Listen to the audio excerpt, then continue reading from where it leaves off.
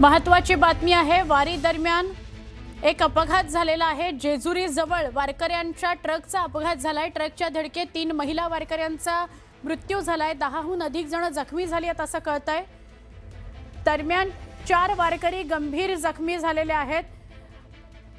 उपमुख्यमंत्री सुनेत्राताई पवार या जखमींची विचारपूस करायला रुग्णालयामध्ये पोहोचलेले आहेत। दृश्य आपल्यापर्यंत पोहोचतायत। रुग्णालयात त्या गेलेल्या होत्या जखमींची विचारपूस करायला। ही घटना कशी घडली, काय झालं नेमकं या संदर्भात त्या माहिती घेत आहेत। 3 महिला वारकऱ्यांचा यात मृत्यू झाला आणि 10हून अधिक जण किरकोळ जखमी झाले। 3 वारकरी महिलांचा मृत्यू झालाय। तुम्ही जखमींची भेट घेतली। आज सकाळी जो महिला वारकऱ्यांचा अपघात झालेला आहे तो अतिशय वेदनादायी आणि दुःखदायक आहे। या अपघातामध्ये 3 स्त्रियांचा मृत्यू झालेला आहे। त्यांना मी भावपूर्ण श्रद्धांजली वाहते आणि खरोखरच मनाला धक्का देणारी घटना आहे। ह्याच्यामध्ये अजून 7 स्त्रिया जखमी आहेत।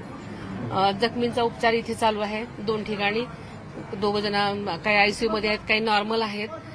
त्यामुळे उपचार अतिशय चांगल्या प्रकारे चालू आहे आणि चांगल्या प्रकारे काळजी घेण्याची मी त्यांना सगळ्यांनाच प्रशासनातर्फे सूचना दिलेल्या आहेत। जे जखमी झाले किंवा जे मृत्युमुखी पडले त्यांच्या कुटुंबियांना शासनाच्या माध्यमातून काय मदत करायची? आपल्याला माहिती आहे की मागे सुद्धा एक GR निघाला होता की वारकरी लोकांना, मृत व्यक्तींना 4 लाख रुपये आपण त्याच्यामध्ये जाहीर केलेले आहेत आणि जखमींचा खर्च सुद्धा त्याच्यामध्ये 2-3 प्रकारचे म्हणजे खूप क्रिटिकल असेल तर 74,000 रुपये वगैरे अशा प्रकारचे आपण खर्च देणार आहोत।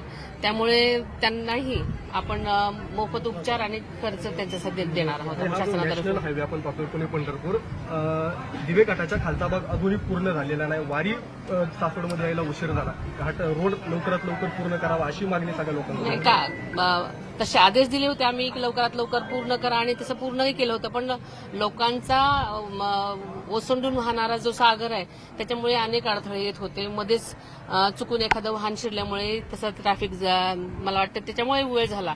पण शासनाने सर्वतोपरी सगळ्याच बाजूने पूर्ण तयारी केलेली होती आणि तसे पूर्वतयारीचे आम्ही अनेक मीटिंग्स घेऊन असा आढावा घेऊन त्यांना आदेशही दिले होते। त्याप्रमाणे पालखी यायच्या अगोदर तशी पूर्णपणे तयारी झालेली होती। वरी खरं तर वारकरी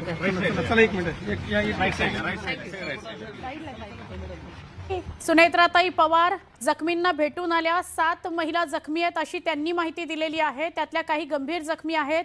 3 जणांचा मृत्यू झाला। 3 महिला मृत्युमुखी पडलेल्या आहेत। त्याच्याविषयी त्यांनी भावपूर्ण श्रद्धांजली अर्पण केली। असं व्हायला नको होतं। आणि जेव्हा दिवेघाट उतरल्यानंतरच्या रस्त्याचा जो मुद्दा आला त्याच्यावरही त्यांनी भाष्य केलेलं आहे। त्या म्हणाल्या की आधीच अनेक बैठका घेऊन वारीच्या आधी सगळं काम पूर्ण करा अशा सूचना आम्ही केलेल्या होत्या। तसं कामही झालेलं होतं। जेजुरी जवळ वारकऱ्यांना ट्रकची धडक बसलेली आहे आणि यामध्ये 3 महिला वारकरी मृत्युमुखी पडलेल्या आहेत।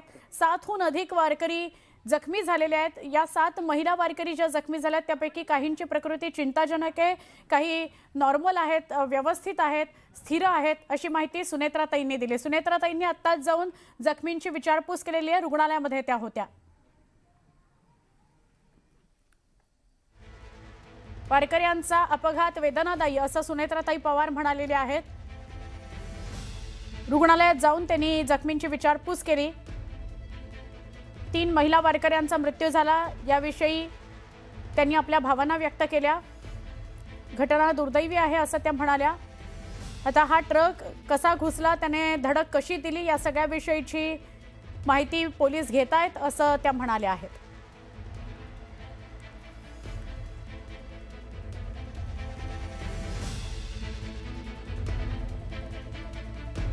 आज सकाळी ही घटना घडली आहे। बेलसर टोलनाक्यावरून जेजुरीकडे जात असताना एका ट्रकची वारकऱ्यांना धडक बसली आणि त्यामध्ये 3 महिला मृत्युमुखी पडल्या। काही जण जखमी झालेले आहेत। त्यांच्यावर उपचार सुरू आहेत। महिलांची संख्या जास्त आहे जखमींमध्ये।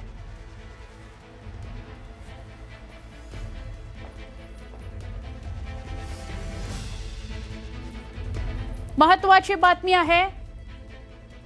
वारी मार्ग हरिनामाचा गजर सुरू होता। वारकऱ्यांची झपाझप पावलं पंढरपूरकडे रवाना होत होती।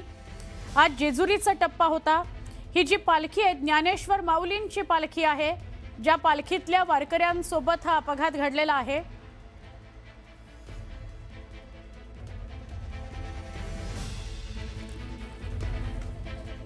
पुढची बातमी नाशिकची आहे। नाशिकच्या सिरीन मिडोज या परिसरामध्ये MNGLची पाईपलाईन फुटली आणि गॅस गळती झाली।